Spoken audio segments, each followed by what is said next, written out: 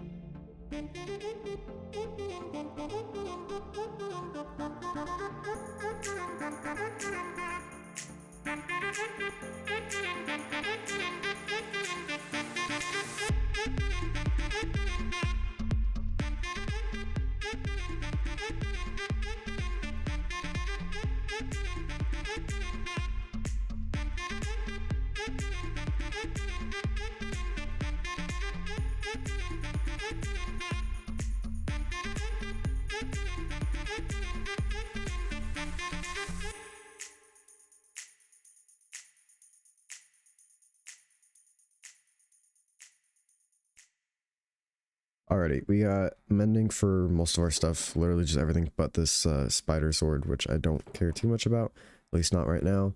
And we've kind of run out of like string and sticks and stuff for the moment, so we're gonna have to find another source, or just sit at the spider spawner actually for some of those. So I'm gonna head over actually to the spawner.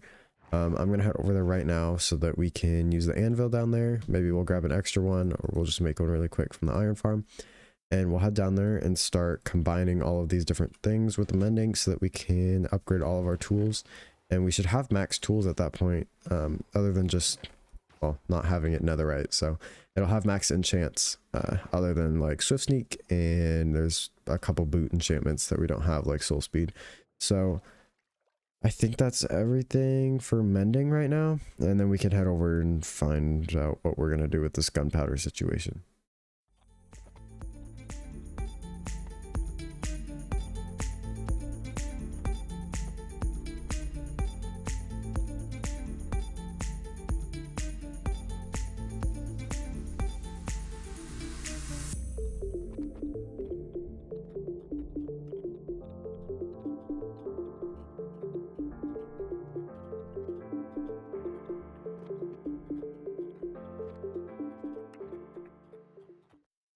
Okay, so I have gathered in my ender chest one ender chest, a couple shulker boxes full of materials that we're going to need to build this farm. I think this is everything we should need, so if not, we can always come back. But if we head southwest, so that way, there should be a huge ocean, I believe, that we could actually build this farm in without any difficulties like mob spawning or anything, and like messing up the spawns. So we're gonna build it over an ocean, but it needs to be somewhere where nobody's at, just so that we can not have this huge ugly visible creeper farm like right here, because if we didn't care about that, then I could build it right here. But we want to hide it so that nobody else is dealing with the ugly view. So we're gonna head over there. I made a few more rockets, but we're out, so I actually might just portal over there. I do have the quartz vit, so I think we'll probably just grab some obsidian and then head on another roof again and do our usual portal hopping. Alrighty, so we've made it out to the middle of an ocean, and I just basically need to build up some blocks right over here so that we can get a platform going, and then we can just start on working on the actual creeper farm itself. So we'll set up a little platform right here, just set up a few things, and then yeah, we'll get started. And now that we have this creeper farm done, we can actually check in here and we can see that it's obviously not optimized perfectly. That's partially because I mixed two different designs and they don't work together super well. And also the trapdoors are not on every level because I ran out and I just haven't come back through and finished them.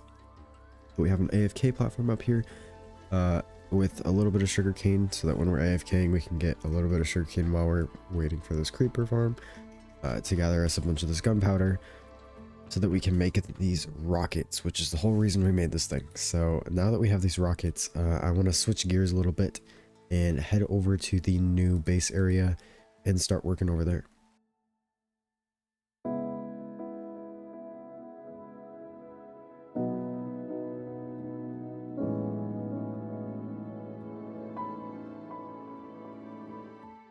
And here we are, our first building already at the new base area that we can probably call our mega base, just because not necessarily one big base is going to be here, but because it's going to hopefully cover this entire area. So I would consider that a mega base. But we do have our first building here. I've went ahead and decorated this, but I'd also like to mention this is heavily inspired by B-Dubs. He came up with this cool design using signs to make it look a little bit more like a cabin. In his video, he did talk about how this was kind of like grout in between, but I just changed up some colors, the roof a little bit, just different blocks, and I really like how it turned out, and I think it's a great start for a new area. I also went ahead and decorated the inside a little bit, and sectioned off some areas. We've got a little couch, carpet, a little kitchen here, and we did a little campfire trick here. So basically you put a campfire and a trapdoor, and the trapdoor will only let through some of the smoke, along with the smoker, I believe. So I think it's only letting through a little bit at a time, so it's just little puffs every now and then, not one constant stream. Right here we have a bedroom that isn't super decorated yet. It's just a bed and a lantern. We'll probably come back and decorate that later. And we've got a little bit of a bathroom thing here. So that's our interior decoration. But I also want to explain why this was our first building. So initially coming through our portal, this is kind of the center of our entire area that we're going to be building in. And of course we have this pillager outpost that we'll have to deal with later. Not sure how we're going to deal with that. We'll probably have to block it off, because destroying that doesn't stop them from spawning. So we'll come back to that. But right over here is actually where that building is. So it's down this hill.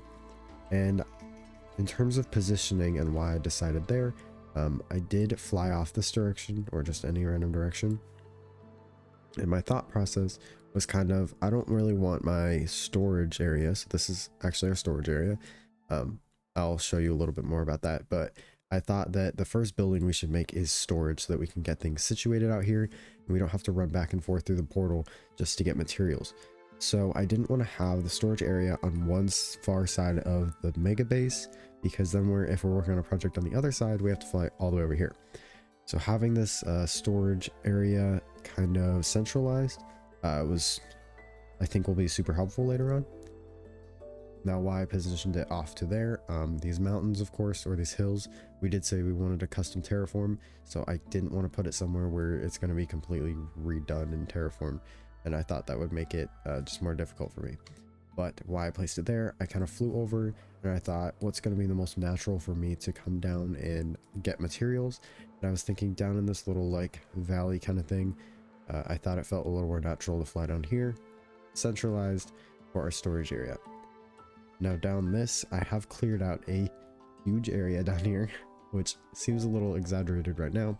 I'll actually turn on a little bit of full bright or boosted brightness so you can see. It's not actually going to be this far back. So the chests actually belong right on this line right here and along here, but this is marked out so that we can put in an auto sorting system. Now I haven't done an actual auto sorting system before, like in the past, so I've kind of found a video that I can work on or work with for a tutorial, and it's actually a multi-item sorting system. So rather than having the regular storage system, which works great for like farms and stuff, we'd have to have a huge storage system with only one item per chest or per column, and I wanted something more. So this multi-item storage system can actually have, like, if we wanted, this will actually be input right here, but right here we could do like all woods. So any oak wood, that could include the logs, strip logs, planks, slabs, fences, all of those things, all in one column rather than just logs. So our next thing to do is actually go grind out a ton of redstone mechanics or pieces. We need tons of observers, we need tons of comparators, repeaters, redstone itself, and probably some glass maybe, and maybe some different colored blocks to help us distinguish which area is what. And we also need some rails. So I need to go grind that out, and then we can start working on each of the slices for our sorting system. Alrighty, so this is what we've got so far. We have one module done, and we have these other two to do, but I just wanted to come on here and show you kind of what's going on back here. Well, I can't really explain it because I'm not complete. I don't understand how it works because it's really complicated, but we have to build this entire module 2 more times on the other side. And back here is where we set what we want to sort. So we can have, what is this, like 50 something different slots that we can use for each column. So we have some different things. On the front we have this same kind of signage, I guess that's what you want to call it, along with some item frames. So back here I know which slice is sorting what, and then out here I can grab whatever I need. Right here is our input chest, so I believe, yep, so we could just throw some cobblestone in here. That'll start sorting, and then eventually once that hopper fills up, it'll send off. This tells me that there are items up sorting, like that need to be sorted.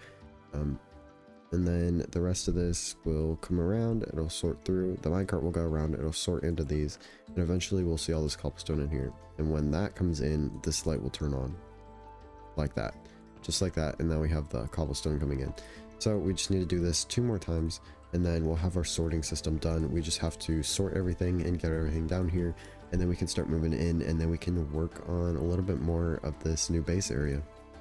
Alright, and now I have gone through and done all 3 sides and gone through each slice, and the only ones that need sorted now are all of these empty ones right here.